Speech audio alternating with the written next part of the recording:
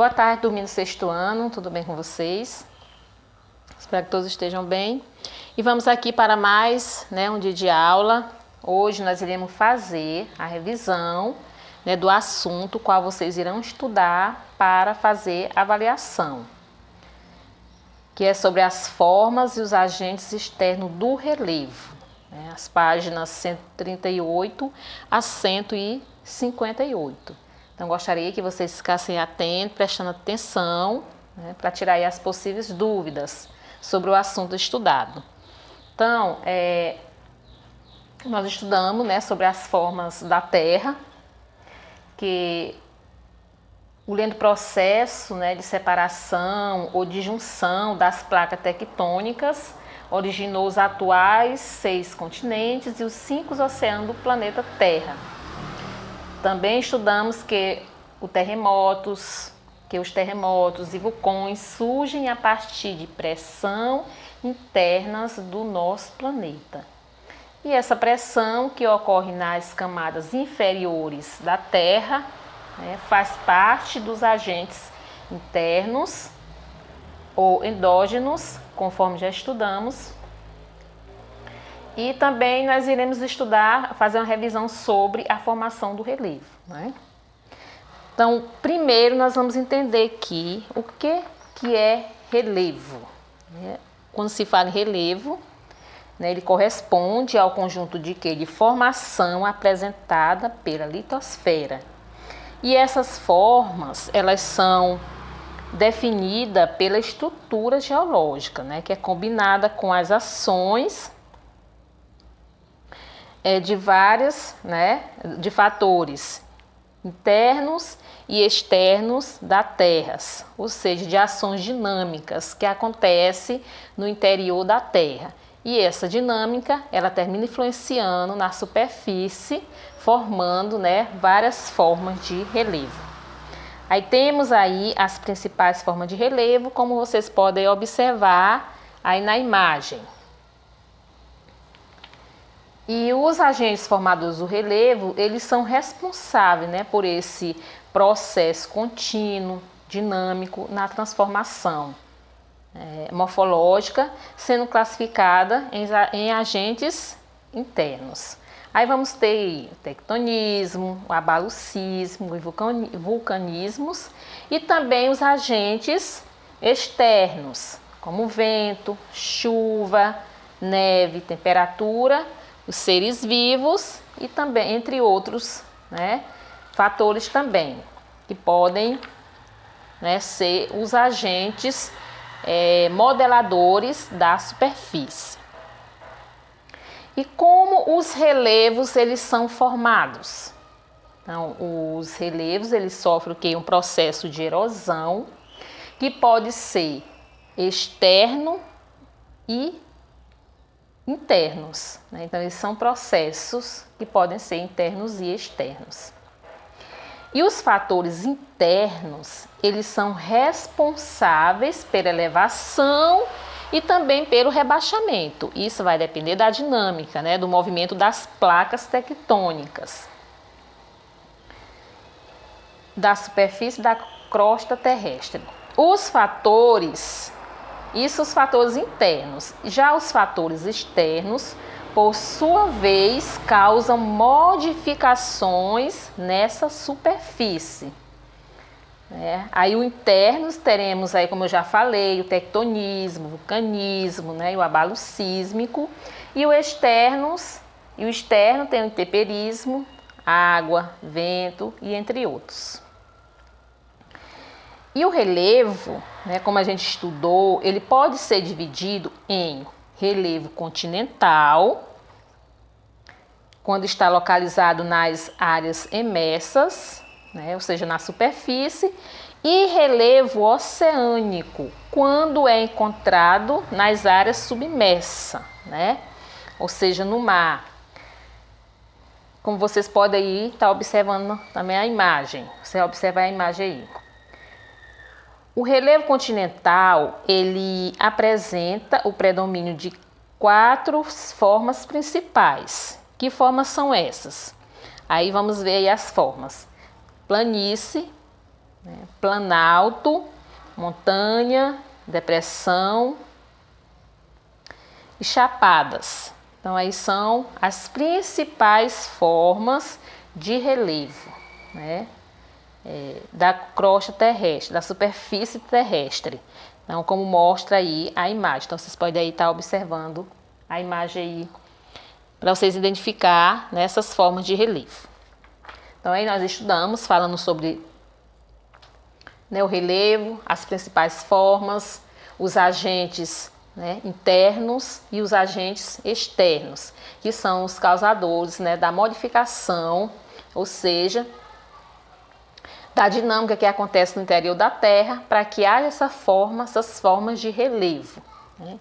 E os agentes internos, eles provocam, né, o tectonismo, o vulcanismo, abalucismo, e o externo ele modela a superfície, né, no caso da chuva, do vento, da água e da temperatura. Então o interno ele provoca o surgimento do relevo e o externo ele modifica o relevo. Também estudamos sobre a apropriação do relevo pela sociedade. Superar obstáculo para sobreviver. A gente viu aí como aprendemos, né, no primeiro capítulo, o espaço geográfico ele é fruto do trabalho dos seres humanos que não medem esforços para promover o desenvolvimento e a sua sobrevivência, né? Então o homem está sempre... Ele não mede esforço, né, para promover o desenvolvimento para a sua sobrevivência. E aí a gente viu aí na página 143, né, falando um pouco sobre essa apropriação do relevo pela sociedade. Coloquei um vídeo onde ele explicou muito bem sobre essa questão, né, que a sociedade ela sempre se apropriou, né, do relevo, e ele está sempre também modificando o relevo. Então, o ser humano também ele é um modificador do relevo. E também se torna sendo um agente externo do relevo.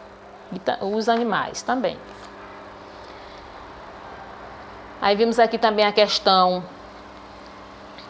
sobre os problemas, né, da atualidade de algumas áreas urbanas dos países pobres e a ocupação desordenada das áreas de encostas de morros. Então, quando o homem ele se apropria, né, do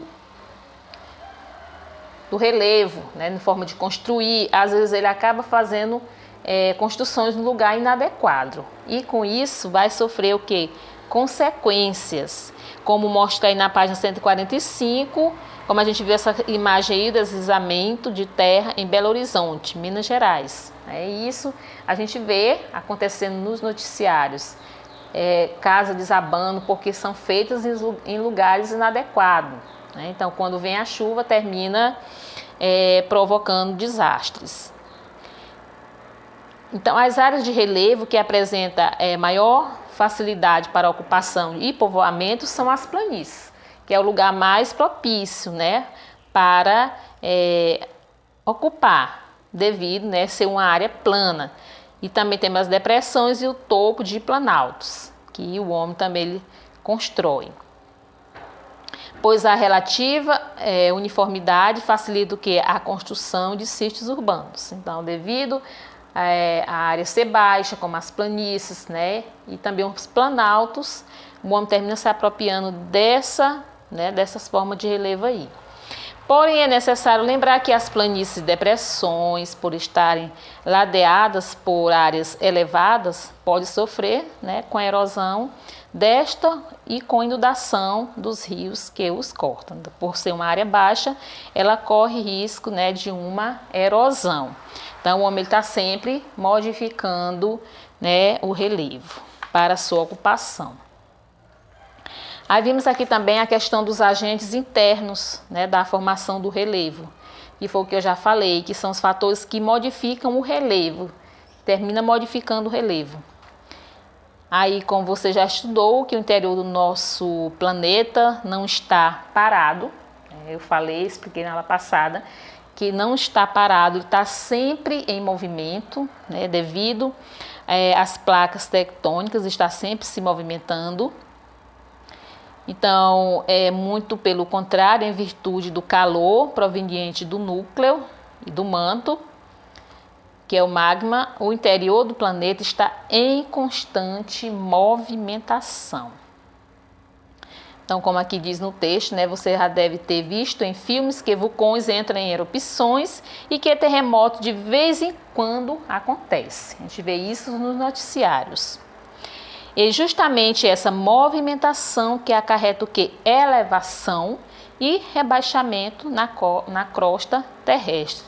Né? Então, devido a esse movimento, né, que é causado no interior do planeta, pelo magma, né, e o núcleo, que vem do núcleo e também do manto. Por outro lado, você já deve também ter percebido como a força destruidora das chuvas, dos rios e do mar pode provocar desgaste na superfície da Terra. Então, aí nós temos aqui, como fala, né, que o planeta não está parado, vamos ter aí devido ao seu movimento, como ele está em constante movimentação, aí vamos ter o que? As erupções, né, e terremotos. E também, por outro lado, você já deve ter percebido como a força destruidora da chuva, dos rios e do mar pode provocar desgaste na superfície da Terra. Então, aí são os agentes internos, né, e os externos, que termina provocando, né, esse desgaste aí na superfície, no caso dos externos. Aí o relevo ele pode ser explicado como resultado da relação complementar entre o que chamamos de agentes internos e agentes externos. E as rochas, dependendo da sua dureza, pode facilitar ou dificultar o trabalho dos agentes internos ou externos. Isso, né, vai depender da sua dureza, da dureza da rocha, que pode facilitar ou dificultar o trabalho desses agentes aí, tanto o interno como o externo. Aí vemos aqui também a questão do tectonismo, né, que é o movimento na crosta terrestre, é a atividade consequente do deslocamento das placas, né, tectônicas, que impulsiona aleatoriamente pelo magma. E dessa atividade pode resultar o quê? Fenômenos geológicos, como a formação de dobramentos e falhas. Devido a esse movimento aí na crosta, termina provocando falhas, né, e também dobramentos na superfície terrestre, como mostra aqui a imagem aqui ao lado da página 151, que é o movimento das placas tectônicas. Aí está mostrando o sentido, né, do movimento delas. E aí você pode ver que esse movimento ele termina, né, modelando, né, a superfície. E aí abaixo temos aqui vista aérea da linhagem de falha geológica, né, provocada pela movimentação das placas tectônicas na Ásia. Então essa falha que você observa aí na página 151, né, ela foi provocada pelo tectonismo, pelas placas tectônicas. E muito comum nas áreas onde as placas tectônicas se afastam, a tensão faz com que um bloco de rocha seja deslocado levemente para baixo, como nas escarpas de falha do vale apresentado acima. Já as falhas inversas são formadas em áreas onde há compreensão entre blocos e rochosos. E ao quebrar assim um deles sobe verticalmente em relação a outros. Então vocês podem observar aí na imagem ao lado que está mostrando. Aqui nós temos uma falha normal, aqui é o sentido, né, da placa, o movimento que ela faz. E aqui nós temos uma falha interna. Aqui você pode observar aí na imagem o sentido da seta, que aqui é o, né, já é a falha inversa. Aqui é a falha normal e aqui é uma falha inversa. E o que provoca isso aqui? O movimento das placas tectônicas que, né, sobre a superfície terrestre. Aí vai mostrar aqui na página 152, né, os dobramentos que é gerado, né, pelo movimento das placas. Aí temos uma falha transcorrente, que é encontrada onde ocorre movimentos horizontais, aí é o sentido, né, das placas. E também os dobramentos. Nós aprendemos que o planeta é formado pelas placas tectônicas, que elas se movimentam, né, estão sempre se movimentando no interior da Terra. Pois bem, nesse deslocamento, algumas placas chocaram-se, e esse deslocamento horizontal, no qual duas placas se comprimem, acarretou que a formação de grandes encurvamento de forma côncava e convexa, né? E essas formações são denominadas de dobramentos. Aí vimos aqui também a questão dos abalos sísmicos, que os abalos sísmicos eles podem ocorrer tanto na crosta continental, né, que são nas terras emersas, quanto na crosta oceânica, que é sob o mar. E os primeiros denominamos terremotos, né, quando acontece na superfície, e o segundo maremoto ou tsunamis. A ocorrência desses fenômenos dá origem ao que? A feição do relevo a partir de rachaduras e também falhamentos. Então vocês podem observar aqui, né, na imagem. Aqui nós temos o foco ou hipocentro, que é o local, né, principal, né, o foco da onde surge o terremoto, né, ou maremoto. Aí nós temos a anatomia de um abalo sísmico, que de forma geral o abalo sísmico tem origem quando ocorre o choque de blocos rochosos localizados no interior do planeta. O ponto de choque é denominado hipocentro. Aquele pontozinho, quando ela se choca, denomina-se hipocentro ou foco, que foi daí onde surgiu, né, o terremoto ou o tsunami. E desse ponto localiza-se entre 15 a 500 km de profundidade. Começa o que? A surgir ondas que chegam à superfície, provocando tremores e vibrações na crosta terrestre. E nessa intensidade do terremoto é sentida de forma variável, sendo o epicentro o ponto onde a força destruidora ela é maior. Então, no pontozinho lá onde inicia, né, chamado de foco ou hipocentro, a força ela é maior, né, em direção à superfície. Aí está mostrando aí na página 155 as grandes ondas e mostrando aqui como se forma, né, tsunami e também o terremoto. Então vocês podem observar aí novamente aí na página 155. Aí está mostrando passo a passo como acontece um tsunami. Existem outros eventos que podem acarretar na formação de grandes ondas ou tsunami, tais como atividades vulcânicas, queda de blocos rochosos ou geleiras no mar, explosão de bolha de gás. E aqui na página 156, né, vimos aqui medindo a força de um terremoto, né, que existe uma escala, né, que o objetivo dela é de medir a intensidade dos terremotos, né, e também a ciência desenvolveu um instrumento chamado sismógrafo, e por meio desse instrumento todos os tremores do terremoto podem ser registrados e analisados, já que a grande parte deste é muito fraca e passa a ser percebida, né? Então, através desse sismógrafo é possível medir a intensidade de um terremoto, né, se for de grande proporção ou de pequena proporção. Aí na imagem você viu aí o terremoto, né, que aconteceu, que destruiu, terremoto em Amatrice, que aconteceu na Itália, né, causando grandes desastres, grande destruição. Aí da página 157 está mostrando aí também a escala de Mercalli.